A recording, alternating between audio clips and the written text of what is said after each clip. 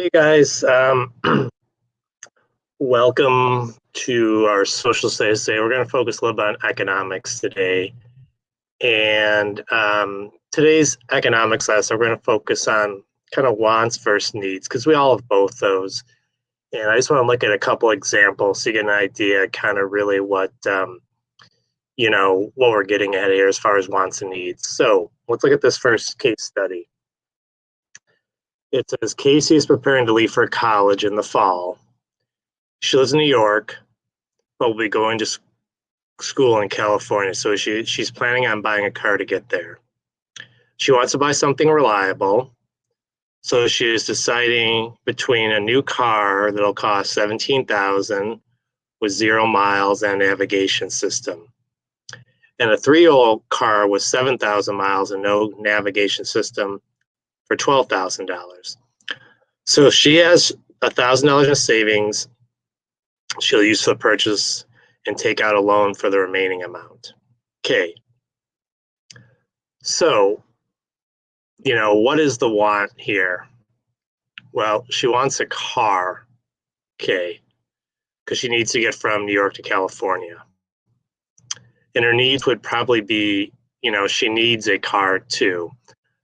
But the want might tend to be, I want the new car because it's a little fancier, has low mileage, and has a navigation system. Okay. But the basic need is just the car. Okay. A lot of us can basically, if we have a hard time getting around, we need transportation. That would be the need. The want would be, do we want a brand new car? So sometimes the wants are a little more extensive, like everyone loves a new car, but do you actually need a new car? So here's a couple things you have to think about here. Since she's got $10,000 in savings, she's in pretty good shape. So she can do two things. She can put the $10,000. I mean, she doesn't have to use all of that, but let's say she's going to use $10,000. So the new car, she'd have to finance $7,000. And the used car, she'd only owe $2,000 on it. And a 3-year-old car with 7,000 miles, that's pretty low mileage. I think they think we average, most of us going back and forth to work, between like 10 and 15,000 miles. So this used car has really, really low mileage on it. So it's just a matter of, she's going to college. So I don't know if she has a college loan. And, in college, it seems like we're always broke. So maybe the best decision might be to buy the used car with 7,000 miles on it. Then she's only going to owe another $2,000. Okay. And she might even be able to pay that off before she graduates from college. Whereas a new car, she's going to owe $7,000 on it, and maybe she doesn't pay it off. So, those are everyday decisions we make. Okay. So this is just a matter of, what do you think is more fiscally responsible? And do you want to take on that extra $7,000 while you're in college? And this isn't a right or wrong scenario, you guys. It's just, what do you think for you would be the better fit? Okay, let's look at the second case study. Okay, it says Tom has been saving for a new laptop for the past 6 months. He's done research and found a model that experts say will more than meet his needs, but it's new and costs $3,000. He's also found a refurbished version of the same computer with all the same features online for $1,500.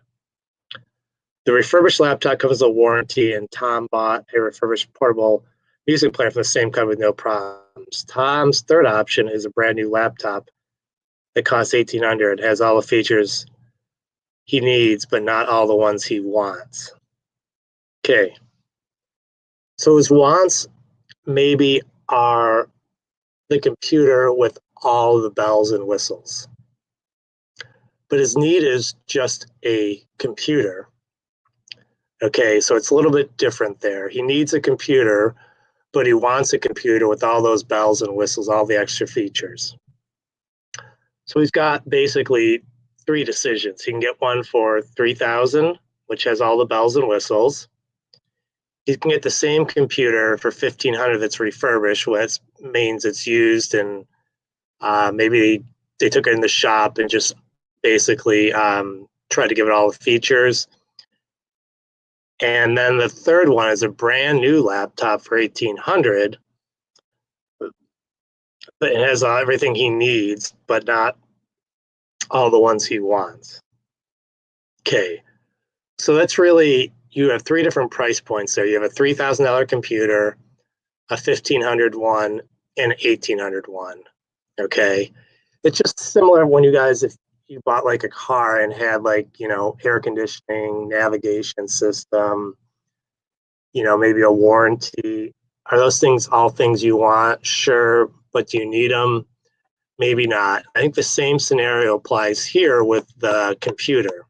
I think everyone always obviously likes something brand new.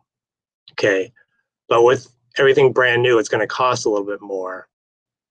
The refurbished one, it's used and it's half the price.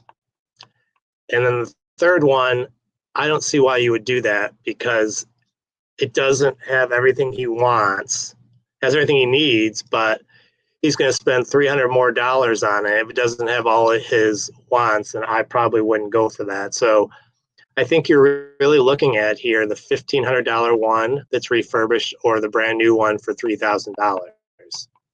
Because you're going to spend $1,800. I mean, for $1,500, he gets everything he wants on that computer. It's just refurbished. So really, you guys have to think about, sometimes being fiscally responsible and not get everything you want sometimes is the best choice. Especially if you're going whatever, I don't know what he needs it for. Say he needs it for school or something, and it's got like Word, it's got all the programs he needs on it. Maybe he doesn't need, some extra features that would be nice to have, but they aren't necessarily a need.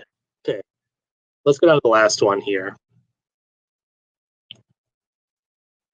So it says Stephanie received $500 from her grandparents for high school graduation. She's been longing to buy a new watch and update her wardrobe because she's starting a new job in 2 weeks. But next month she's moving out of her own, will need to pay 3 months rent in advance, which is a total of $1,500. If she uses the money to buy the watch and clothes, she thinks she can save enough money from a new job to pay for rent, but she's not sure. So her wants here, this one's a little more clear cut, you guys. Her wants are new clothes and a new watch. Her needs are an apartment.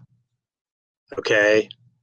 So this one I think is probably, it's a little more cut and dry. I think she should probably put the money towards her rent. And then once she starts working, she could probably save money to update her wardrobe and update and get the new watch she wants. Unless it's like, if she needs, like, if it's something that she needs to wear, like if it was a man, if he needs a suit, I get that. If you're supposed to show up every day in a suit, then maybe you need to buy a couple suits.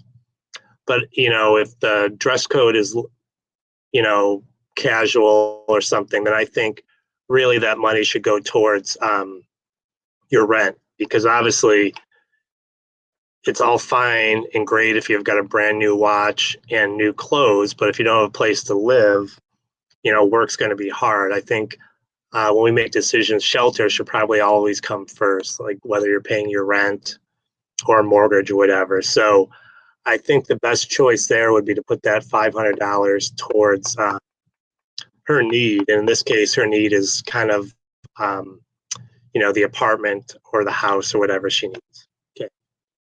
We have one more here. This says Michelle's been invited to go on a 3-day concert with her friends. The only catch, that's a 9-hour drive, and traveling for an entire weekend means she'll need a lot of cash. She estimates that gas, food, and tickets and camping will cost around $400. She has a car payment of $250 coming up. $89 cell phone bill is due at the end of the month. She also needs to buy her mom a birthday gift, which she thinks will cost $50. She has $700 in savings. Okay, this one's a little more cut and dry too. So her needs are she needs to pay her car payment, her cell phone bill, and her birthday gift, her mom a birthday gift. So that would be 389, so almost $400, and that's about the same as the concert. So she has $700 in savings. So she can basically she could do. I mean, she could almost do both. But if she basically spends the $400 going to the concert, it's going to leave her $300 in savings, and just her car payment and cell phone will be like 350. So she's going to be a little basically short on her car payment and her cell phone bill. Um, so her needs, I would say, I think most of us would agree we need a car and a cell phone. Those are things that probably use on a daily basis. Um, Her wants, though, there are going to the concert. Okay. So it doesn't say if she works, I don't think. So, that's really, I'm not saying right or wrong. I've basically spent money before going to concerts and not had enough money to, pay my bills. And then the following month, that bill is double, So I don't know if you want to get in that scenario. People do that. But sometimes you have to balance your wants and needs. In this case, if you're being fiscally responsible, you would definitely pay your car payment and your cell phone bill. And then you'd have money left over to get your mom a birthday gift. And then, I don't know if you want to get maybe a part-time job, because I think concerts are always going to be happening. So maybe you plan to do something a little bit later. But, really, these are personal decisions that each of us have to make. And like I said, there's not a right or wrong scenario here. But, sometimes when your bills start to back up, and next month, maybe her car payment's $500 and her cell phone's 180. So that's almost $700 right there in 1 month. So do you want to get, that backed up? If you have a job, money's coming in, maybe it's not that big of a deal. But, sometimes if you're not going to get paid for 2 weeks or something, then maybe you can't do that.